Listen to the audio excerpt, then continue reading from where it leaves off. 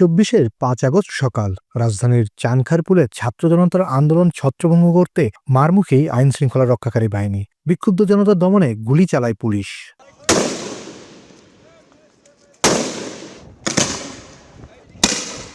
এ সময় পুলিশের গুলিতে নিহত হন স্কুল শিক্ষার্থী শাহরিয়ার কবির আনাস। তিনি তার মায়ের উদ্দেশ্যে একটি চিঠি লিখে আন্দোলনে নেমেছিলেন, যা সামাজিক যোগাযোগ মাধ্যমে সে সময় ছড়িয়ে পড়ে। সেদিন আনাস সহ পুলিশের গুলিতে নিহত হয়েছে অন্তত 6 জন।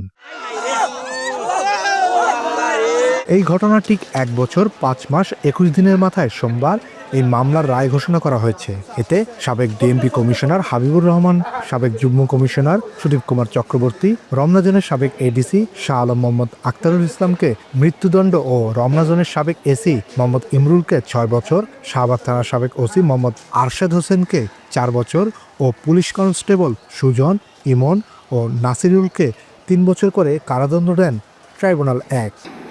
DMP commissioner Habibur Rahman absconding, Joint Commissioner Sudeep Kumar Chakraborty absconding, and Additional Deputy Commissioner of Police Shah Alam MD Akhtarul Islam absconding, be found guilty for the commission of crimes against humanity under Section 32A, 32G, 32H, 41, 42, and 43 of the International Crimes Tribunals Act 1973, and thereupon each of them is hereby awarded a single sentence of death for all the offences together.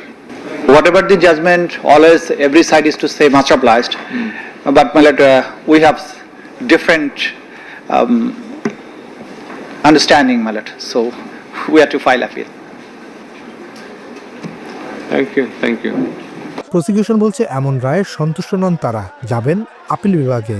যাদের গুলি বর্ষণ করতে ভিডিওতে দেখা গেছে যাদের নামে অস্ত্র ইস্যু ছিল না, অথচ তারা অন্যদের রাইফেল নিয়ে গুলি করেছে, তাদেরকে কম সাজা দেওয়া হয়েছে। একজনকে 6 বছরের, একজন 4 বছর, বাকি 3 জন কনস্টেবলকে 3 বছর করে সাজা দেওয়া হয়েছে। এই সাজায় আমরা মনে করি আদালতে যখন তাদের অফেন্স প্রমাণিত হয়েছে, ক্রাইমস এগেনস্ট হিউম্যানিটি প্রমাণিত হয়েছে, ওয়াইড স্প্রেড এবং সিস্টেম্যাটিক অ্যাটাক প্রমাণিত হয়েছে, এবং এই আসামিরা তারা প্রকাশ্যে গুলি করেছিল সেটা প্রমাণিত হয়েছে। এরপরে তাদেরকে যে সাজা দেওয়া হয়েছে আমরা মনে করি এটা ন্যায়সঙ্গত হয়নি।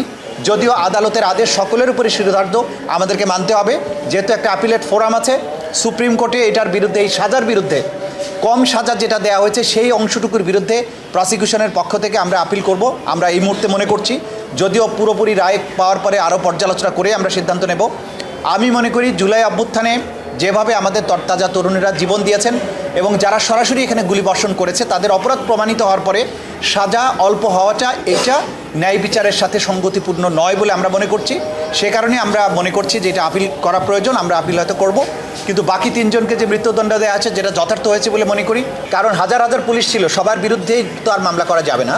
ক্রাইমস এগেনস্ট হিউম্যানিটিতে আমরা দেখেছি যে সবচেয়ে যারা বেশি অ্যাট্রোসাস কাজ করেছে, যারা কমান্ড দিয়েছে, অনেকে নিষ্ক্রিয় দাঁড়িয়েছিল, তারা হয়তো এই গ্রুপের মেম্বার ছিল, কিন্তু সবাইকে মামলায় আসামি করাটা হয়তো যুক্তিসঙ্গত না, এটা মনে করেছে প্রসিকিউশন। মাত্র 30% টাকায় জমির মালিক হয়ে নতুন বাংলাদেশের গড়ে তোলার স্বপ্ন দেখা বাংলা বসতি।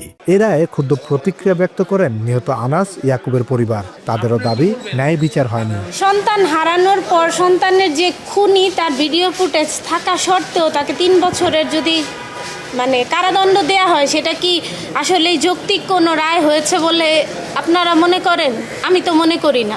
আমাদের জীবনের সেফটি কি, যে জায়গায় প্রকাশে সারা বাংলাদেশের মানুষ দেখা সত্ত্বেও একজন খুনিকে সাধারণ 3 বছর সাজা, আইনি অনুযায়ী 9 মাস। তো এখন আপনারাই বলেন যে এটা কি কোনো সাজা হলো?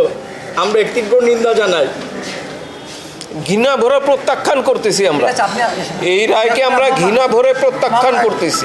এটা তো হইল না বাবা, আমাদের মেয়ে আছে, মেয়ে জামাই আছে, এদের নিরাপদ আমাদের জান। এই যে শহীদ ভাই লাশটা নিয়ে গেছে, সেরও পরিবার, রাস্তার উপরে বাড়ি, সেরও একটা নিরাপদ। 3 বছর পরে এরা বাইরে যাব, সাহস বেড়ে গেছে, মেয়ের ঘরে নাতি নাতি স্কুলে যাব, এটা কি আমরা ডিক্লার দিতে পারব? কে ওইখান থেকে দুর্ঘটনা বা কিডন্যাপ হয়ে যাবে, হয়ে যাব, তখন আমরাই তো এখন নিজের জান লইয়া ই করতে পারবো না। আপনারা এটা কিভাবে কি করবেন? কীভাবেই করবেন আপনারাই সেটা আমাকে সিদ্ধান্ত দেন। আমরা চলাফেরায় ভয় পাই যে আমাদের পরবর্তী স্টেপগুলি কি আসতে পারে, কি হবে আমাদের জানের কোনো নিরাপত্তা নাই।